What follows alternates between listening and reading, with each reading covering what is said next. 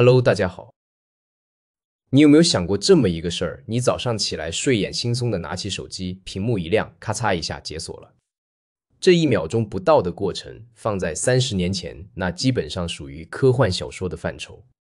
為了讓你能刷臉支付，或者為了讓你的相冊自動把貓的照片歸類到一起，計算機科學家們大概折騰了整整60年。今天咱們不聊那些虛頭巴腦的概念，咱們就順着時間線，把图像神經網絡，也就是機器视覺這個東西，從娘胎裡出來到現在能畫圖、能開車的這段歷史，給它盤明白了。這中間其實充滿了誤解、嘲笑，還有幾次那種大力出奇蹟的逆襲。故事得從1959年講起，那時候計算機還跟房子一樣大呢。但我們要聊的不是計算機，是一隻貓。哈佛大學有2個教授，休伯爾和威塞爾。這倆哥們兒做了一個極其硬核的實驗，他們把電極插進了一隻貓的腦殼裡，位置正好是視覺皮層，然後給這隻貓看各種各樣的圖形，試圖弄明白生物到底是怎麼看見東西的。結果他們發現了一個驚人的現象，貓的視覺神經元並不是一來就處理整張畫面的，有的神經元只對橫線有反應，有的只對豎線有反應，有的只對移動的光點有反應。這說明什麼？說明大腦是分层處理信息的，先識別邊緣、線條這些簡單的特徵，然後下一層神經元把這些線條拼成形狀，再下一層把形狀拼成物體。這個發現太重要了，這2人後來拿了諾貝爾獎。而這個分層處理的邏輯，直接奠定了後來所有圖像識別技術的理論祖墳。也就是我們常說的卷積神經網絡，簡稱 CNN。但是理論歸理論，工程歸工程。把生物學原理搬到計算機上，這事兒一直拖到了1980年代。日本有個學者叫福島邦彥，他搞了個叫神經認知機的東西，基本就是模仿那只貓的大腦結構。但是那時候並沒有引起太大轟動，為什麼？因為沒有訓練算法，你造了個複雜的網，但不知道怎麼教他學東西，他就是個廢網。直到1989年，主角登場了，楊麗坤 Yan LeCun， 現在的图灵獎得主 ，Facebook 也就是 Meta 的首席 AI 科學家。當年他在貝爾實驗室搞出了一個叫 LandNet-5的模型。這個 LandNet-5可以說是現代卷積神經網絡的鼻祖。它的結構非常經典，輸入一張圖，經過幾層卷積提取特徵，再經過池化把圖片變小保留重點，最後輸出分類結果。當時這個技術已經能商用了，主要用來幹嘛呢？識別手寫數字，美國的郵局銀行用來自動識別信封上的郵政編碼和支票上的金額。這在當時看其實很牛了，準確率相當高。按理說這技術該起飛了吧？並沒有。到了90年代末和2000年初，神經網絡進入了一個漫長的冬天。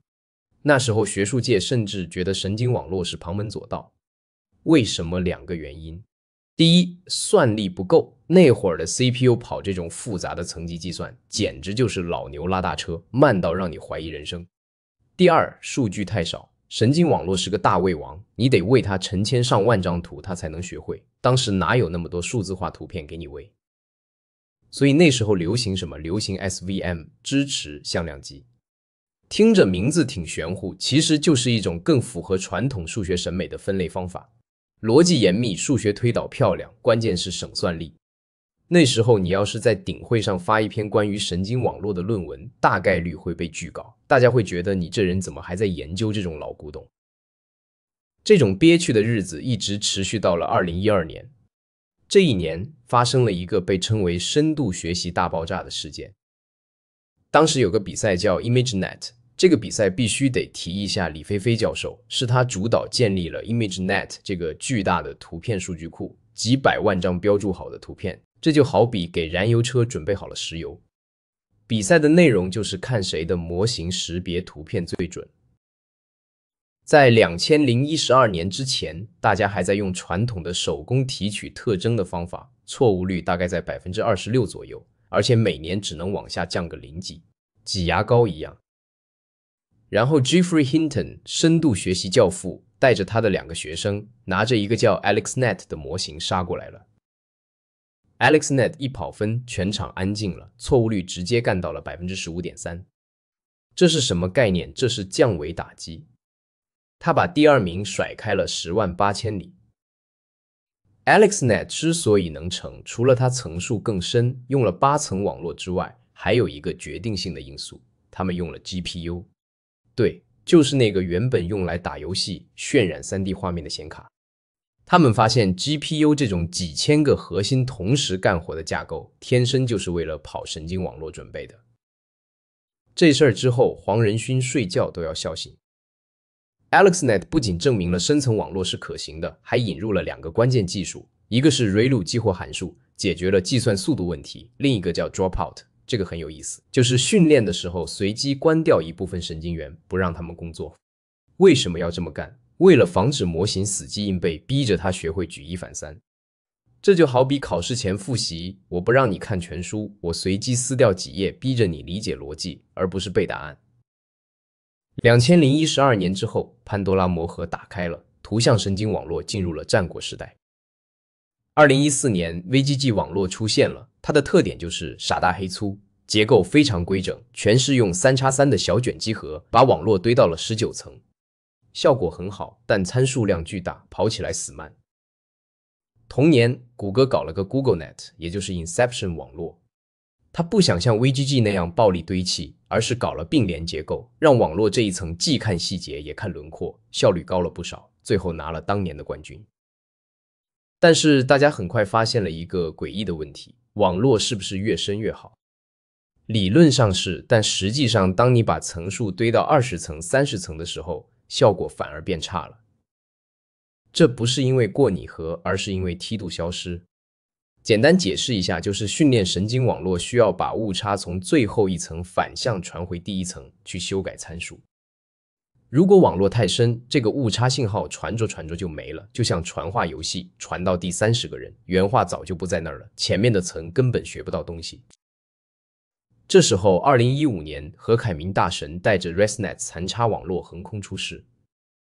ResNet 的核心思想簡直是天才級的簡單，叫跳躍連接 skip connection。既然深了會忘，那我就修一條高速公路，把上一層的信息直接加到下一層去。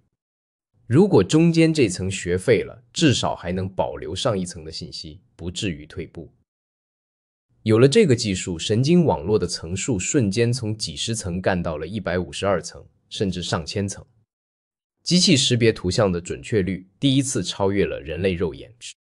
也就是說，給你一張模糊的狗的照片，你可能看不清是啥狗，但 ResNet 能看清。到了這兒，圖像識別的任務基本上算是被 CNN 卷積神經網絡統治了。不管是人臉識別、自動駕駛裡的路況分析，還是醫學影像裡的腫瘤檢測，底座全是 CNN。但技術圈從來沒有永遠的王。故事來到最近幾年，一個新的挑戰者出現了 Transformer。Transformer 原本是搞自然語言處理的，就是 ChatGPT 用的那個架構。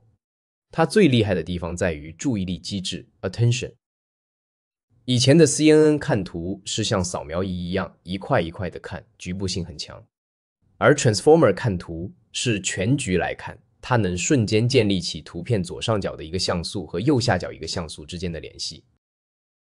2020年，谷歌推出了 With-Vision Transformer， 直接把圖片切成一塊塊的，當成單詞扔進 Transformer 裡去學。